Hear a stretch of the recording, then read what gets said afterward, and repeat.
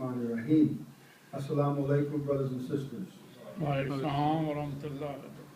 I have a very difficult task tonight.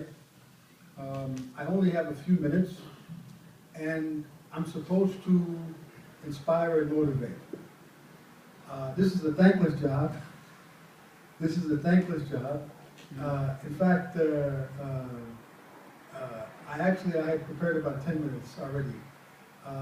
It's a thankless job because inevitably you will tend to please some people and displease other people. So with that introduction, these are my prepared remarks. I only have a few minutes to say many things. Therefore, I can neither mince words or beat around the bush. My mission here is to encourage you to engage in tabligh and to carry out the instructions of the Khalifah Masih. May God protect him and grant him righteous helpers. But first things first. Last night, I met two sisters who are both beautiful and intelligent. I know that they are beautiful because I saw them with their father, and I know that they're intelligent because they were part of the Clinton Global Initiative that took place in Washington, D.C. This past summer, I think it was. Washington University is one of the premier private institutions in the United States and perhaps in the world. There were only about 1,000 or so representatives at this global initiative from around the U.S. and maybe from around the world. And the fact that two of these young women came from LA West is a singular honor for you, for them, and for their parents. I want to say this to those young sisters and to the women in general. You all are the visible symbol of Islam and the epitome of spiritual femininity. There are many number of evil forces fighting for your attention, and indeed the attention of all women. There is a hadith that says, in the latter days, there would be women from the Dajjal who would enter the homes of the believers to destroy their faith. It is you, the women of faith, who have to counter these attacks. Examine yourselves carefully and ponder why it is that there are not more women visitors and women converts to your Jamaat. Ahmadi women and girls are the brightest and the most beautiful women on the face of the earth. By beautiful, I don't just mean any physical beauty, but rather that spiritual beauty which does not go away with age. My wife appears more beautiful to me every day, and all of her gray hairs and wrinkles, which are slowly appearing, only add to her luster and beauty. The girls and women of Los Angeles are being lured by Satan, and all that is standing between them and a life of misery and pain and disease and destruction is you. Examine yourselves and see if you're living up to the potential that the gracious God has bestowed upon you, and you are heeding the Lajna pledge that you recite every month. May the gracious God be your guide and your supporter and helper. Ameen. Now, let me say that I'm grateful to President Saab and all the members here who have shown me much love and affection. Fortunately or unfortunately, I'm not here to either seek your love, your affection, or your approval. Nor do I arrogate to myself any capacity to inspire any of you. If the Khalifa of the time does not inspire you, and if you are incapable of seeing the strong hand of God behind him, what can I do for you?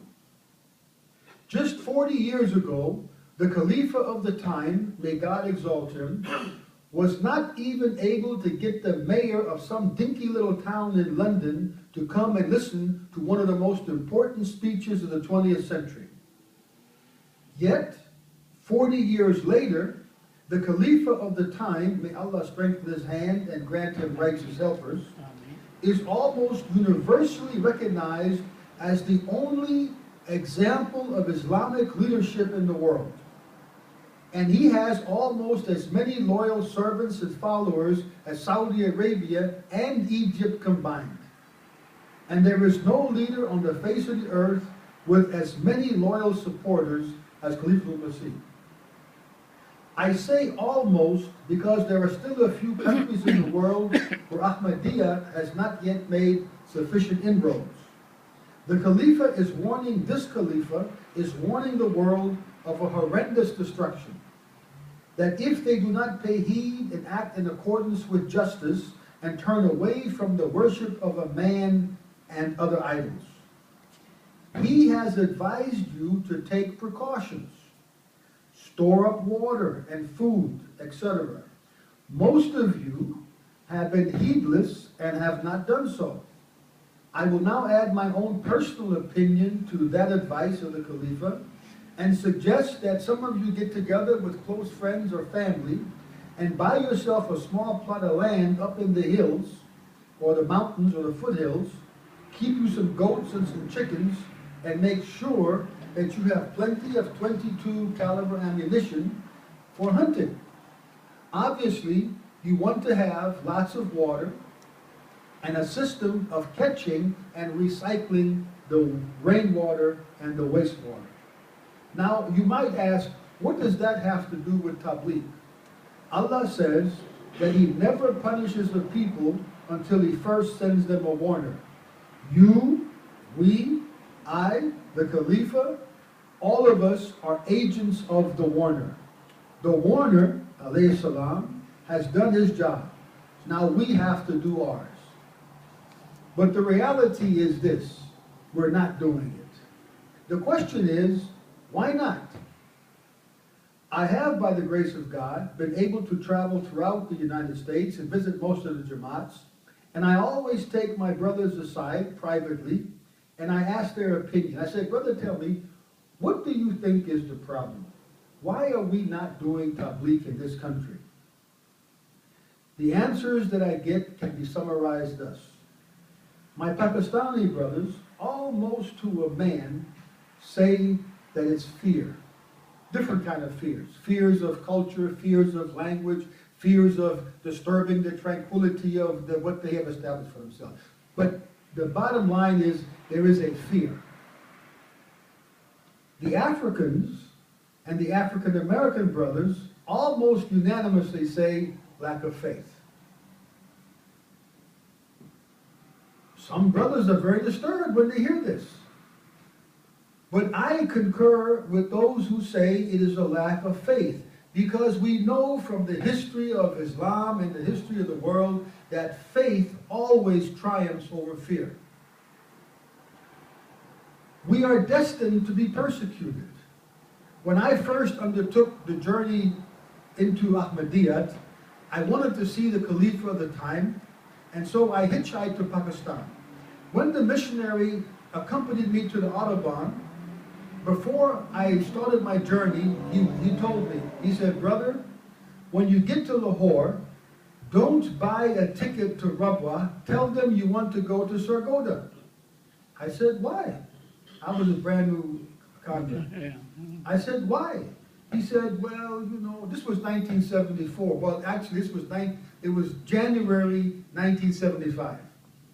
So all of you know the history that what happened in 1974. So I was just entering Pakistan after Ahmadiyyat had been declared, outside of the pale of Islam. I was black. I said, why? Why I should tell them like this? He said, because, brother, they might hurt you. I said, hurt me? Hurt me for what? He said, you know, these people, they can do anything. So immediately, my heart started to beat a little bit because I was, a little bit apprehensive.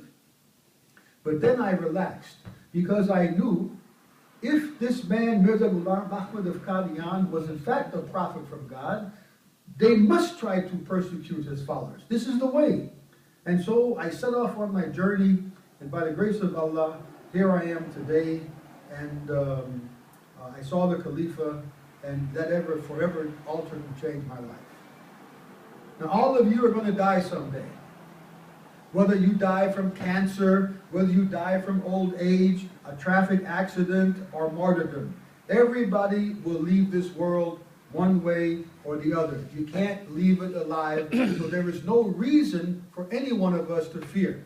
Every one of you has had close calls here or there. You almost drowned. You almost had this happen or that happen.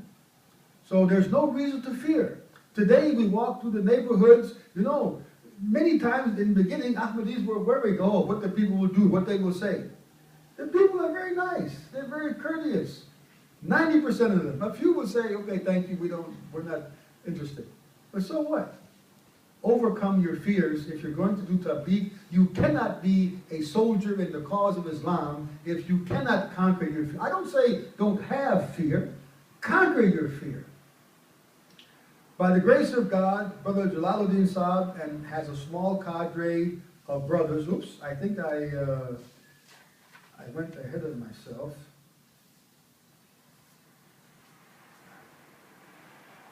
No, I did not. Okay.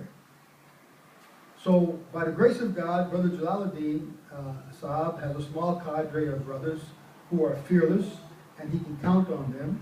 And they will do the job whether the rest of you join or join not. All of you know that those who sit at home are not like those who go to the battlefield to fight. This applies to the sisters as well. My wife goes out at least 2 times a week to some interfaith council meeting or some kind of a tabligh tea that she has with people. That's an ongoing project. Remember, the early Muslim women used to follow their men into battle, and they would assist in various ways and sometimes even fight to protect the Holy Prophet. You women have great powers of persuasion. Persuade your men to go and fight in the cause of Allah. Saturday evening, we're asking you to invite some of your friends. And if you don't have any friends, invite strangers and ask them to come to learn about Ramadan, about Ahmadiyyat, and share with us some food. Tonight, while I was going around and passing out the flyers, and I'll be done in about 1 more minute, the way I introduced myself was I would say once the people came to I would ring the doorbell, knock on the door, and once the people came to the door, I'd say, Assalamu alaikum, I'm Abu Bakr St. Louis, and our mosque is just on Prairie. I said, you know, we want to become your neighbor. We're your neighbor. We want to get to know you. The Bible teaches, love your neighbor. Our teaching is love your neighbor. But we don't do it. We only talk like this. I said, so please, be one of those people who, now I've seen your face, you've seen my face. If I see you again, you will know me, I know you. So please, I'm asking you, let us become real neighbors. Let us love one another. Let us get to know one another. And so I'm inviting you to come on Saturday. This was my approach, 4 or 5 minutes like this, and I said thank you and went on. You will not be asked to fight or suffer any experience or any loss of any type. I pray that Allah grant you insight and courage and the strength to be what we're supposed to be, the servants of the Prophet ﷺ, the servants of Imam Mahdi, whose duty it is to break the cross and kill the swine. And of course, you know these are metaphors. But this is what the Mahdi was sent for. This is what we're supposed to be, his helpers and supporters. There's no escaping this. Either you will join in this fight, or you will be left behind, and another generation will come and replace you. Nobody will remember you. When we say Ihdina Sirat al-Mustaqim, we always think that when we say Ghayril Maghdubi Alayhim Waladhdallin, we're talking about some Jews and Christians. None of us has a guarantee that we will not go astray. And every one of us knows Ahmadis who have gone astray. So we should never be complacent and think that somehow, because we signed by it and we say stuff with our mouth, that this house somehow gives us some kind of a guarantee. I guarantee you it does not. I will be leaving on Sunday morning, going back to Bay Point, and then on Thursday, I'll go back to St. Louis to celebrate Eid with my family. In case I don't get a chance to say, you know, Assalamu alaikum to you now, and thank you for everything, I want to say it now. I have full confidence that you here at LA West, you have a strong team. You have brothers here and sisters, I'm sure, who will work together to make this thing happen for the sake of God and His messenger.